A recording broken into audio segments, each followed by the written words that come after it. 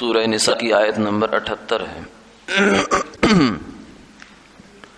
اعوذ باللہ من الشیطان الرجیم، بسم اللہ الرحمن الرحیم۔ اینما تکونوا یدرککم الموت ولو کنتم فی بروج مشیدہ وَإِن تُصِبْهُمْ حَسَنَةٌ يَقُولُوا هَذِهِ مِنْ عِنْدِ اللَّهِ وَإِن تُصِبْهُمْ سَيِّئَةٌ يَقُولُوا هَذِهِ مِنْ عِنْدِكَ قُلْ كُلٌّ مِنْ عِنْدِ اللَّهِ فَمَا لِهَؤُلَاءِ الْقَوْمِ لَا يَكَادُونَ يَفْقَهُونَ حَدِيثًا۔ صدق اللہ العظیم۔ تم جہاں کہیں بھی ہو، موت تم کو آ پکڑے گی، اگرچہ تم مضبوط قلعوں میں ہو،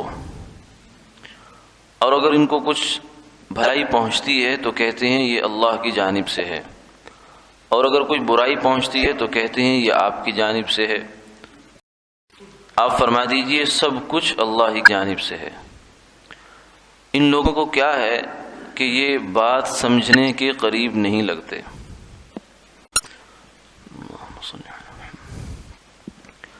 گزشتہ آیات میں اس بات کا تذکرہ چل رہا تھا کہ اللہ رب العزت نے لوگوں کی خواہش پر جب قتال کا اور جہاد کا حکم نازل فرما دیا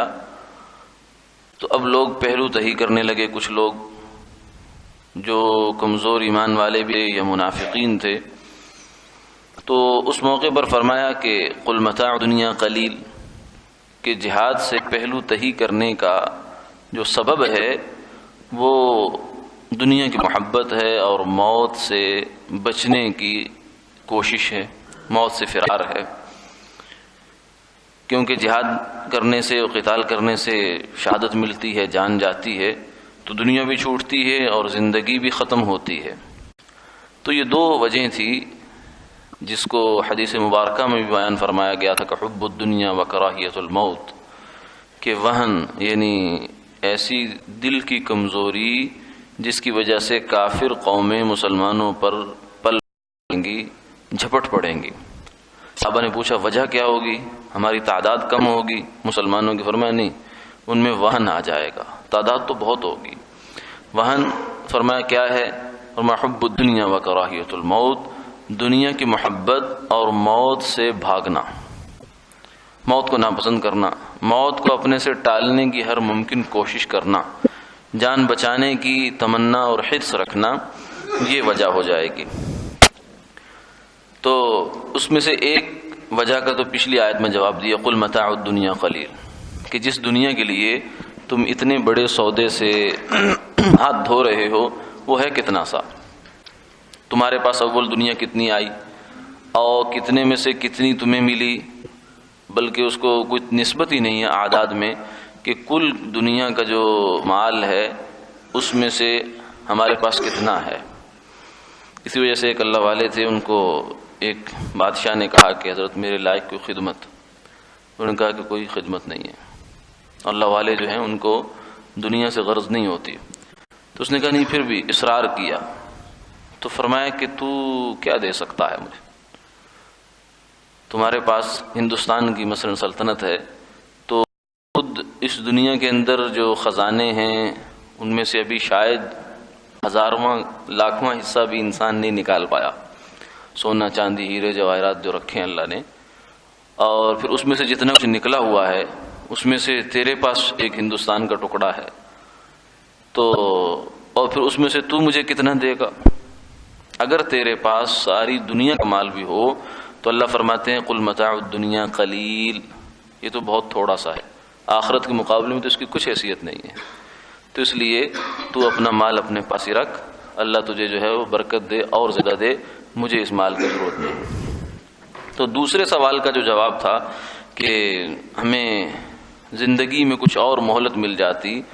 تو اس کو فرمایا کہ یہ تمہاری خواہش جو ہے یہ بیکار ہے، کہ تم جہاد سے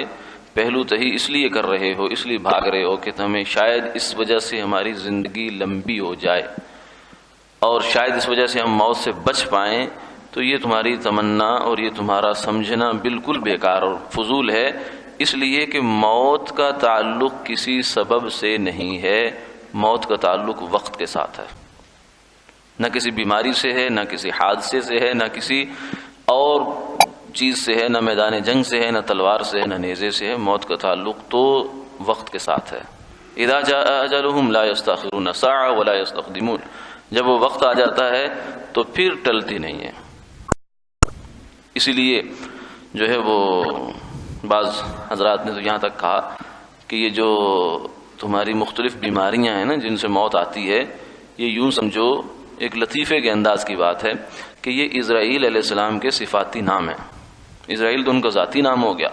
جو موت کے فرشتے ہیں، باقی ان کے صفاتی نام ہیں۔ کسی کا نام بلڈ پریشر ہے، کسی کا نام ہارٹ اٹیک ہے، کسی کا نام شوگر ہے، کسی کا کچھ ہے، کسی کا کینسر ہے، یہ سب جو ہیں یہ اسباب ہیں۔ اصل میں تو وقت پورا ہوتا ہے انسان کا، اور وقت پورا ہوتا ہے تو پھر کوئی نہیں روک سکتا۔ تو اس لیے فرمایا کہ یہ تمہاری غلط فہمی ہے کہ موت کو سے ہم بچ جائیں گے، اینما تکونوا، جہاں مرضی چلے جاؤ، یعنی قرآن پاک کی یہ آیات ان آیات میں سے ہے کہ اگر انسان اس پر غور کرے تو یہ جھنجھوڑ دیتی ہے انسان کو۔ اینما تکونوا، جہاں مرضی چلے جاؤ، مضبوط سے مضبوط قلعہ، مضبوط سے مضبوط دیواریں، مضبوط سے مضبوط تالے، محافظ، گارڈ، سب کچھ جو تم سے ہو سکتا ہے کر لو اور موت کو ٹال کے دکھا دو، نہیں ٹلے گی، کبھی بھی نہیں ٹلے گی۔ اس پر علامہ ابن کثیر رحمہ اللہ تعالیٰ نے ایک واقعہ حضرت مجاہد تابعی ہیں ان کی روایت سے نقل کیا ہے کہ گزشتہ امتوں میں ایک واقعہ ہوا کہ ایک عورت کے ہاں ایک بچی پیدا ہوئی، تو اس کا جو ملازم یا غلام تھا وہ آگ لینے کے لیے باہر نکلا، تو اس کو ایک بندہ ملا، ظاہر سی بات ہے فرشتہ ہوگا یا کوئی اور اس قسم کا آدمی ہوگا۔ تو اس نے کہا کہ اس عورت کے یہاں کیا پیدا ہوا؟ اس نے کہا بچی۔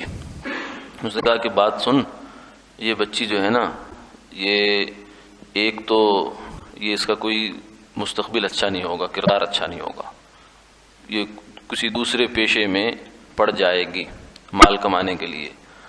اور دوسری چیز یہ ہے کہ اس کی موت جو ہے نا ایک مکڑی کے ہاتھوں ہوگی، جو مکڑی جالے والی ہوتی ہے، زہریلی مکڑی ہوتی ہے، اس کے ہاتھوں ہوگی۔ تو وہ جو واپس پلٹا، چھری لی اور چھری لے کر اس نے اس بچی کا پیٹ چاک کر دیا، مار دیا اپنے خیال سے۔ اس نے کہا کہ یہ جو کچھ کہہ کر گیا ہے یہ تو میں نہیں ہونے دوں گا۔ گویا کہ اس نے نوشتہ تقدیر پڑھ کر سنا دیا کہ آگے یہ ہونے والا ہے، اور اس نے اپنے خیال سے اس کو مٹانے کی کوشش کی، لیکن خدا کا لکھا مٹ نہیں سکتا۔ انسان کا لکھا تو مٹ جاتا ہے، کہتے لوہے پہ لکیر، پتھر پہ لکیر، انسان کی لکیریں تو مٹ جاتی ہیں لیکن خدا کی لکیریں نہیں مٹتی۔ تو وہ اپنے خیال میں مار کر اس کو بھاگ گیا وہاں سے، کہ ایک بندہ مارا تھا اس لیے وہ بھاگنا پڑا اس کو، اور نکل گیا، بہت سال باہر رہا، وہاں جا کر تجارت کرتا رہا، کماتا رہا، جو کچھ بھی کرتا رہا۔ تو ایک عرصے کے بعد، کوئی 15-20 سال کے بعد جو ہے وہ واپس آیا اس شہر میں ساحل سمندر پر، تو بہت سا مال دولت اکٹھا کر چکا تھا تب تک وہ، کیونکہ نہ اس کا کوئی بیوی، نہ بچے، نہ کوئی اگلا، نہ پچھلا، تو جو کماتا تھا وہ اکٹھے کیا جاتا تھا۔ تو جب وہ آیا تو اس نے آ کر ساحل سمندر پر ایک بڑھیا سے کہا کہ مجھے شادی کرنی ہے، مجھے بتاؤ، لیکن رشتہ جو ہے بہت خوبصورت ہونا چاہیے، اور یہ معیار اس نے اپنا بتایا۔ اس نے کہا کہ ایسے ایسے فلاں جگہ ایک عورت رہتی ہے، تو وہ ابھی تک اس کا نکاح کہیں نہیں ہوا، بہت خوبصورت ہے، تو مجھ سے نکاح کر لو۔ تو جب اس سے نکاح ہو گیا تو اس نے اسے پوچھا کہ تم کون ہو؟ عورت نے پوچھا، تو اس نے پھر اپنی کہانی سنائی۔ اس نے کہا کہ میں اصل میں تو اسی شہر کا باشندہ تھا، لیکن میرے سے ایک حادثہ ہو گیا تھا، تو میں ایک قتل ہو گیا میرے ہاتھوں، اور میں اس کو، بچی ایسے ایسے تھی، میں اس کو مار کر چلا گیا تھا۔ تو اس نے کہا کہ وہ قتل تو نہیں ہوا تھا، وہ بچی تیرے سامنے بیٹھی ہے، وہ میں ہی ہوں۔ اور پھر اس نے اپنے پیٹ جو چاک ہوا تھا اس کو دکھایا، اس نے کہا کہ میری ماں نے اس کو ٹانکے لگا کر سی دیا تھا، جیسے آج آپریشن کے بعد ڈاکٹر ٹانکے لگاتا ہے، تو یہ ٹیکنالوجی اس زمانے میں بھی تھی،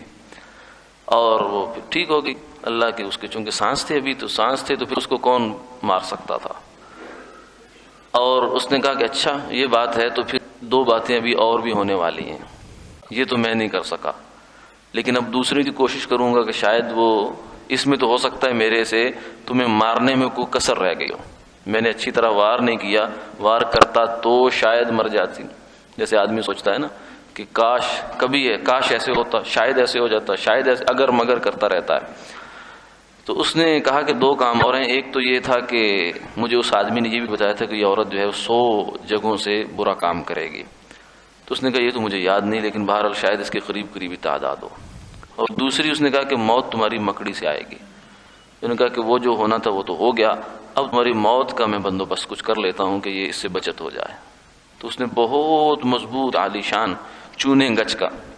یعنی دیواریں جو پرانے زمانے بنتی تھی اس میں کوئی ہوا، کوئی اندر سے مکڑی، کوئی ایک حشرات الارض، کیڑا مکوڑا کوئی نہ نکل سکے،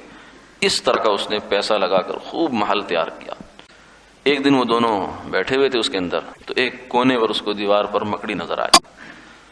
تو مرد فوراً لپکا اور اس کو جا کر مار دیا۔ مار کے جب نیچے گری تو بھی تھوڑی سی اس میں حرکت باقی تھی، تو عورت آگے بڑھی، اس نے جا کر پاؤں سے اس کو مسل دیا۔ جو ہی مسلا تو اس کے اندر کا جو زہر تھا اس کے پاؤں اور ناخن کے راستے سے اس کے جسم میں داخل ہو گیا اور اسی سے مر گئی۔ تو یہ آدمی بعض دفعہ یہ سوچتا ہے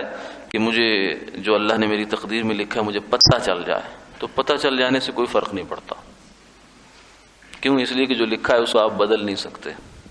اس کو تو سر تسلیم خم ہی کرنا پڑتا ہے۔ یہ اللہ نے انسان کو جو مسل کا علم نہیں دیا، یہ بھی اس کی بڑی حکمت ہے، ورنہ آدمی مرنے سے پہلے ہی مر جاتا۔ کسی آدمی کو آج پتہ چل جائے کہ مجھے ہفتے بعد موت آنی ہے، میرا دن طے ہو چکا ہے، تو ہفتہ بڑی مشکل سے بیچارہ نکالے گا، بیڈ پہ چلا جائے گا پہلے آج ہی۔ تو اس لیے اللہ نے علم اپنے پاس رکھا۔ بہرحال اس واقعے کے ذکر کرنے کا مقصد یہ تھا کہ موت کا جو وقت تھا، جو سبب تھا، اسی طریقے سے ہوئی، اس میں ذرہ برابر آگے پیچھے نہیں ہوئی۔ حالانکہ اس شخص نے موت سے بچنے کی، اس انجام سے بچنے کی کتنی کوشش کی، اتنا پیسہ لگا کر محل بنایا، لیکن موت جب آنی تھی، جیسے آنی تھی، آگے۔ اور دوسری جانب آپ دیکھیے تو خالد بن ولید رضی اللہ تعالی عنہ، جن کو سیف اللہ لقب آپ صلی اللہ علیہ وسلم نے دیا، 100 سے زیادہ جنگوں میں شریک ہوئے، اور جنگ میں بھی یہ نہیں کہ کناروں کناروں پر رہ کے لڑتے تھے، نہیں، جنگ کے بیچ میں جا کر، دل میں جا کر لڑا کرتے تھے۔ اور جہاں جہاں فرماتے ہیں کہ موت کے ملنے کے مجھے شہادت کی تمنا تھی، شہادت ملنے کے مجھے امکانات نظر آئے، میں وہاں جا کے لپکا کہ شاید یہاں مل جائے، یہاں مل جائے، یہاں مل جائے، لیکن نہیں۔ اور کہنے لگے کہ میں نے بہت تمنا کی ہے اور میری خواہش تھی کہ مجھے میدان جنگ میں موت آئے۔ ان کے جسم پر کتنے نشان نیزوں کے، تلواروں کے، شاید جسم کا کوئی ایسا حصہ نہیں ہوگا جہاں کوئی زخم یا کٹ نہیں لگا ہوگا ان کو۔ اور پھر کہنے لگے کہ میں آج عورتوں کی طرح اپنے بستر پر ایڑیاں رگڑ کر مر رہا ہوں، میں چاہتا تھا کہ موت آئے۔ تو فرمایا کہ یہ بزدل لوگوں کو بتا دو کہ جنگ میں، تلوار میں، نیزے میں موت نہیں ہے، اگر ہوتی تو میں کب کا مر چکا ہوتا، کب کا شہادت کا مرتبہ مجھے مل چکا ہوتا۔ موت اس میں ہے نہیں، موت اللہ کے امر میں ہے، اور وہ امر جہاں آتا ہے، جب آتا ہے، جیسے آتا ہے، ہو کر رہتا ہے، اس کو کوئی انسان ٹال نہیں سکتا۔ تو اس لیے فرمایا کہ یہ موت کا جو شبہ اور وہم ہے، جس کی وجہ سے تم میدان جہاد سے بھاگ رہے ہو، یہ تو تمہارا وہم ہے، وہم محض ہے، اس لیے کہ جس کی موت جہاں لکھی ہے وہاں آ کر رہے گی، چاہے تم بھاگو چاہے کچھ بھی کرو۔ اس کے بعد اگلے آیت کے حصے میں یہ منافقین کا ایک اعتراض تھا کہ جب مہاجرین مکہ مدینہ منورہ میں آئے تو انہوں نے کہنا شروع کر دیا کہ جب سے یہ حضور صلی اللہ علیہ وسلم کے صحابہ آئے ہیں اور حضور تشریف لائے ہیں تو اس وقت سے ہمارے حالات کچھ اچھے نہیں چل رہے، کبھی کچھ، کبھی کچھ، کبھی پریشانی، کبھی جنگ کا خطرہ، کبھی کوئی خوف ہے، تو یہ ان کی وجہ سے ہمارے ساتھ جو ہے مصائب چل رہے ہیں، ویسے ہم بڑے اچھے تھے۔ تو اس کا جواب دے دیا کہ کل کل من عند اللہ، یعنی اگر ان سے کوئی اچھی خیر کی بات پہنچ جاتی ہے مسلمانوں کی وجہ سے تو اس میں شکر گزار نہیں ہوتے کہ یہ بھی انہی کی وجہ سے ہوا ہے۔ ہم جو کوئی ایسی ویسی دائیں بائیں کی چیز آ جائے تو پھر کہتے ہیں ہادی من عندک، یہ تو آپ کی بدولت ہمیں یہ مصیبت کا سامنا کرنا پڑا، حالانکہ ایسا نہیں ہے۔ قل کل من عند اللہ، انسان کے اوپر نعمت آئے یا اچھی حالت آئے یا بری حالت آئے، کوئی مصیبت، تنگی، پریشانی آئے، سب آتی اللہ کی جانب سے ہے۔ ہاں یہ فرق ضرور ہے کہ جو نعمت ہے یہ تو بلا استحقاق انسان کو ملتی ہے، بغیر کسی استحقاق کے، یعنی کتنی نعمتیں انسان کے پاس کہ جس کے لیے کوئی درخواست نہیں، کوئی عرضی نہیں، کوئی مسئلہ نہیں، لیکن اللہ نے بن مانگے ہمیں عطا فرمائی، جو رہی ہیں، ہمیں انسان بنایا، پھر مسلمان بنایا، پھر حضور صلی اللہ علیہ وسلم کی امت میں پیدا فرمایا، اور کتنی نعمتیں ہم نے جو کبھی سوچا نہیں تھا، کبھی خیال نہیں کیا تھا، اب اگر سوچنے پہ آئیں تو شمار میں نہیں آ سکتی، یہ بن مانگے اللہ نے عطا فرمائی، اور جو ہے اور بغیر استحقاق کے، بغیر کسی بل کے، بغیر کسی ایڈوانس کے کچھ پے نہیں کیا، اور ہمیں اللہ تعالیٰ نے نعمت عطا فرما دی۔ لیکن جو تنگی تکلیف ہے، فرمایا کہ وہ بالعموم تمہارے کسی بدعملی کی وجہ سے آتی ہے۔ وَلَوْ يُؤَاخِذُ ظَهَرَ الْفَسَادُ فِي الْأَرْضِ بِمَا كَسَبَتْ أَيْدِي النَّاسِ، لوگوں کے کرتوتوں کی وجہ سے زمین میں بگاڑ آ گیا، لیکن فرمایا کہ یہ ہم تھوڑا سا اس کو دیکھتے ہیں، اگر وَلَوْ يُؤَاخِذُ اللَّهُ النَّاسَ بِظُلْمِهِمْ مَا تَرَكَ عَلَى ظَهْرِهَا مِن دَابَّةٍ، اگر انسانوں کے اعمال کا پورا حساب ہم دنیا میں شروع کر دیں تو کوئی رینگنے والا زمین پر جانور باقی نہ بچے، ایسا صفایا ہو جائے ہر چیز کا۔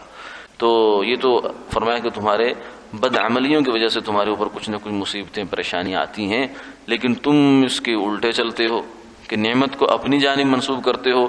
کہ یہ جو مجھے پیسے مل گئے، یہ جو مجھے کاروبار مل گیا، مجھے نوکری مل گئی، میں نے ایسا کام کیا تھا، میری ڈگری کام آ گئی، میرا ریفرنس کام آ گیا، میرا تعلق کام آ گیا، نہ اللہ کا فضل ہے۔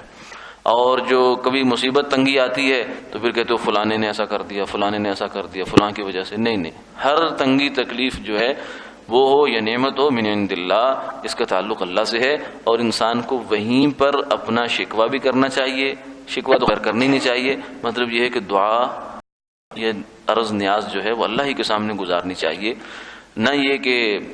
جو انسانوں کے اوپر اس کا مدعا اور الزام دھرتا رہے اور اپنا وقت ضائع کرتا رہے۔ فما لہؤلاء لا یکادون یفقهون حدیثا، فرمایا کہ یہ جو لوگ ہیں منافقین ہیں، ان کو کیا ہو گیا ہے کہ بات سمجھنے کے قریب بھی نہیں لگتے، یعنی اتنی موٹی سی بات ہے، واضح سی بات ہے کہ اللہ کے حکم کے بغیر اس کائنات میں ایک پتا حرکت نہیں کر سکتا،